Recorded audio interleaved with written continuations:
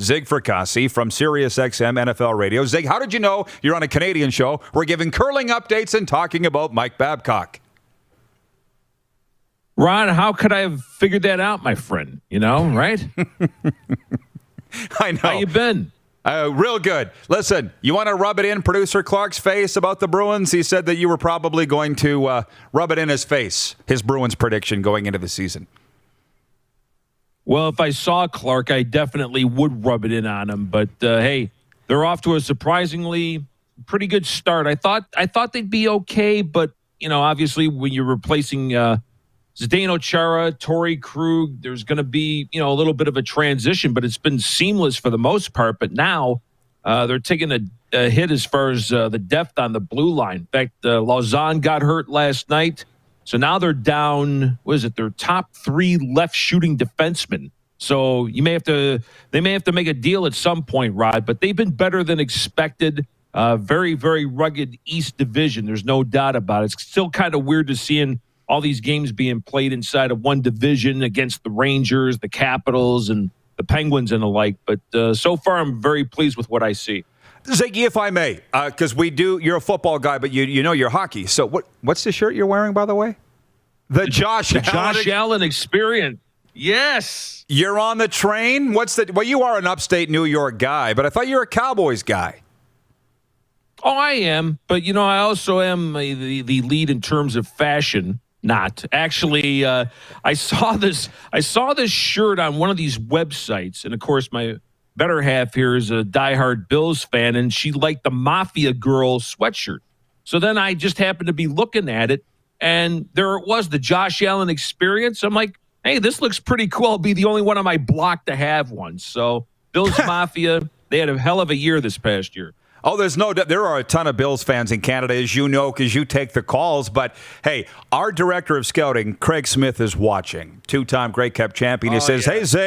Hey, Zig, what do you think the Vikes will... Craig. Yeah, he says, what do you think the Vikes will go after in the draft? Offensive line, edge guy? What? A lot of talk about the NFL draft starting to pop. Yeah, I would say, Craig, probably their bigger need would be the edge.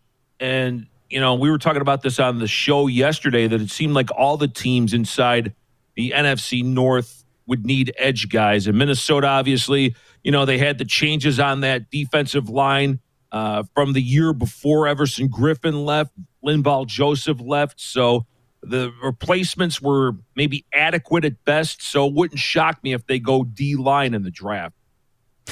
You know what? All the questions are coming in now, Zig. They expect you to have all the answers, okay? I'm just preparing you for that. Just call me Karnak. Exactly. Greg Klevgard says, where is J.J. Watt going to end up? Ooh. And don't rush him, by the way. He made that abundantly clear on social media. Boy, there's a lot of good fits, Rod. I could see him in Cleveland. That would be a real boost to that Browns defense. I think he would be a nice fit in Indianapolis. Logic would say Pittsburgh because his brothers already play there, but the Steelers are in cap hell, although Hayward redid his deal today to free up some money on the cap. Bills Mafia has been likened to J.J. Watt. So I think the answer to that is if he truly wants to win at this point, which I think he does, and he's probably made a ton of money, takes a little less to go to a contender, maybe Green Bay, because that's his home state team. So one of those teams that I just outlined would probably be really good fits anyway for J.J. Watt. Well, Zig, that's the thing. I want to highlight the top stories in the National Football League right now and get your take. And that's obviously one, but another one is the Houston Texans. I see this morning, I don't think it's new, but on Get Up on ESPN, they were saying that the Texans have said we're not trading Deshaun. Do they have the luxury of being able to say that? Like, are they going to be able to stand firm on it? Well, you would hope so, because at this particular point, Rod, Deshaun really has no, how would you say, power in terms of doing anything. What's he going to do? Sit out Zoom meetings? I mean, it's one of those things right now. But, you know, as we saw to a different degree in the Carson Wentz situation and Philadelphia taking a $34 million cap hit by trading Wentz to Indianapolis, if there's a belief that Nick Caserio, who's the new GM there, and the management with the Texans, if it's so beyond reproach or repair, then you may not have any other alternative but to trade Deshaun Watson. But I would also think you still have time in the next coming weeks and months here although the draft that's been gutted because of the ridiculously bad trades Bill O'Brien made when he was the coach and the GM. You've got to convince him, Rod, of, all right, we have a purpose now. There's a new order. There's a new direction in this organization. Until they do that, I think Deshaun's going to be one of these guys where I'll believe it when I see it. But at this particular point, I don't see a trade. But if it does, also don't count me surprised if it is, because, I think it would be such an untenable situation that both sides would probably want to divorce from it. All right, our Dallas Cowboys. The drama continues every day, right? With Dak and Jerry. Yeah. Yeah, right. The position seems to be changing every day somewhat. I thought they might get another quarterback in there. What are you expecting for 2021 at the quarterback position for the Dallas Cowboys? At the least, I think he comes back on the franchise tag, which then, Rod, becomes a problem because that's going to be $37.7 million. And we're already looking at a cap of, at the floor, $180 million. It might go up minimally. They're going to have some tough decisions that they're going to need to make. There's been speculation that Jalen Smith, who's made this remarkable recovery from that gruesome injury he suffered in the Fiesta Bowl a few years ago when he was at Notre Dame, he may be a cap casualty. There's other guys that may wind up leaving, Awuzie, among others, maybe Jordan Lewis. So they're going to have some new players, I think, on defense. So when it's all said and done, I think he comes back on the franchise tag at the least. Again, there seems to be the issue, Rod, with the length of the contract, because Dak wants 4, because then he can obviously open up to another contract where the Cowboys want that extra year to kind of keep him under control. And the fact that there hasn't been a whole lot of dialogue between the two sides, what do they say? Silence is deafening. That appears to be the case here with Dak and the Cowboys. Do we know how his ankle is? Is he going to be ready to go? I haven't heard an update. Well, it's interesting you bring this up because apparently the former Major League Baseball pitcher, remember Mike Bassick? Oh, yeah. He pitched back in the day. Yeah, so he has a talk show, I guess, down in Dallas. And he was circulating some information that maybe they're holding off on this because Dak's ankle may not be back to where it was, that there are some concerns about this. Again, I haven't verified that particular comment, although I do know a lot of people in that area, and I was told by one person that Mike's information is pretty good. So take that for what it is. Again, it's not gospel, but take it for what it is. So maybe there is something there, Rod, that the mainstream media and maybe the fans and that aren't aware of. Hopefully he is back, because that was a pretty gruesome injury, as you and I both saw that in that game against the Giants. So hopefully the young man can come back and be the effective leader that he's been with the Dallas Cowboys. But that's a valid question, and I don't think anybody has any clarity on this at this particular point. Well, hey, Ziggy, I'm not an athletic therapist, but I play one on TV.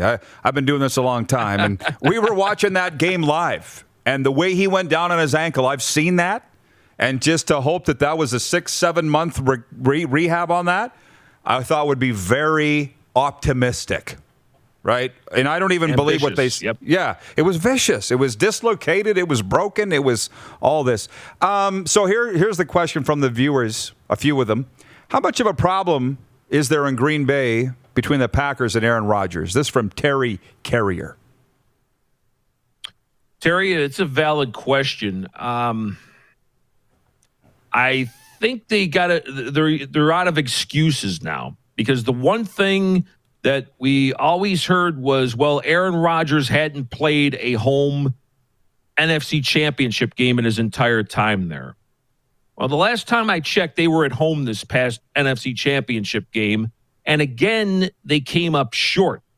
And Rodgers was okay in the game, although I still get on him for there's that 1 third down play, I believe it was, where if he looks to his right and if he takes off, Rod, at the least, he stopped at the 1 yard line. But I think if he makes it in, that changes that touchdown changes the game against Tampa, but he opted not to do it. So, and then obviously Tampa went on to win the game. So from that particular standpoint, I don't think there's any issues between Rodgers and LaFleur like there were supposedly the year before. They certainly had a proficient enough offense, although this year, you got to get Devontae Adams a new deal. Are you going to give Aaron Jones a new deal? Those are two key offensive weapons there. I still think Rodgers holds a little bit of animosity for them drafting his eventual replacement, Jordan Love. Well, turn back the clock, Rod. He was drafted to be Brett Favre's ultimate replacement. So, the shoe's now on the other foot. So there may be some underlying problems, but as far as on the field, Green Bay, they're out of excuses now. You had your home playoff game in the cold against the team from down south, and you still couldn't beat them. So the excuse meter is done for them now. Yeah, and I was just going to say that. I would have sat Aaron Rodgers down and said, you did the exact same thing to Brett Favre. It's called the circle of life. Let's bring in Elton John. Exactly. This is the way it goes. And lastly, Ziggy, this is mine from me. How quick teams are to move on from somebody. The Rams have done it with Jared Goff. We're hearing the 49ers are down with Jimmy Garoppolo. They took them to Super Bowls, for God's sakes, but they didn't win, so it wasn't enough. It tells me that the pressure in the National Football League is ratcheted up even more, man. That window is very small, and coaching staffs and teams aren't very patient. Agreed. And in those two particular scenarios, there seemed to have been a lot of conjecture that maybe Sean McVay may have gotten the most out of Jared Goff, or if you want to listen to some of the other speculation, is that maybe he doesn't think Jared Goff would be the quarterback to lead the Rams back to the Super Bowl. So now you make the trade with the Detroit Lions, who their new GM, by the way, was the Rams' former college scouting guy, and Brad Holmes. So he knows the player. And Detroit, for what they did, they got a pretty good haul. 2 first-round picks and another draft selection for Matthew Stafford, who, to me, Rod, is a guy that, the Rams are in a build-to-win-now mode. Aaron Donald, Jalen Ramsey, players of this ilk, they're built to win now. And also, when they're able to get fans at SoFi Stadium, you need to have that top-drawer attraction because you've got it with your co-tenant with the Chargers there in Justin Herbert. So you need to have your own sort of top draw. And in the Garoppolo instance, here's a guy, like you said, Rod, 2 years ago, Super Bowl team. But he melted in the fourth quarter, hasn't been able to stay on the field. I don't think it's a knock necessarily on his talent because he's a pretty good quarterback. I mean, you look at him and he looks like central casting, for goodness sakes. But the problem is staying on the field. And what did they say? The best ability is availability. And if it hasn't been there, the 49ers may have to move on from Jimmy G. And if they did, I wouldn't be shocked if he wound up back in New England to play for Belichick and McDaniels once again. It's one thing I would tell young players, man. When you get hurt, you are dead to the team. They'll tell you otherwise, but you are dead weight to the. Do not get hurt. Some guys don't. You can't make the club in the tub, Rob. Best saying, perhaps the best saying ever. Ziggy, you sound great, yes, man. You're the Energizer, buddy. Love you on my SiriusXM NFL radio. Keep in touch, my friend. And by the way, Director of Scouting Craig Smith wants to know if you've been to the TikTok Cafe in New Jersey lately. Actually, that's right down the street from where I live here in Clifton. And was there probably for our American Thanksgiving, and they totally redid the place. It's a fixture, Rod, from, I think back in the 30s and 40s. It's been on Guy Fieri's diners, drive-ins, and dives. It's like a cultural phenomenon on Route 3 here in Clifton, New Jersey. Next time I'm there, you can take me there. You gave me a great tour last time. Again, thanks, Ziggy. Stay safe, my friend. All right, Rod. Anytime, my brother. The great Zig Fracassi, SiriusXM NFL Radio. You're watching Rod Pedersen On Demand. For more of The Rod Pedersen Show, visit rodpedersen.com or follow Rod Pedersen on social media.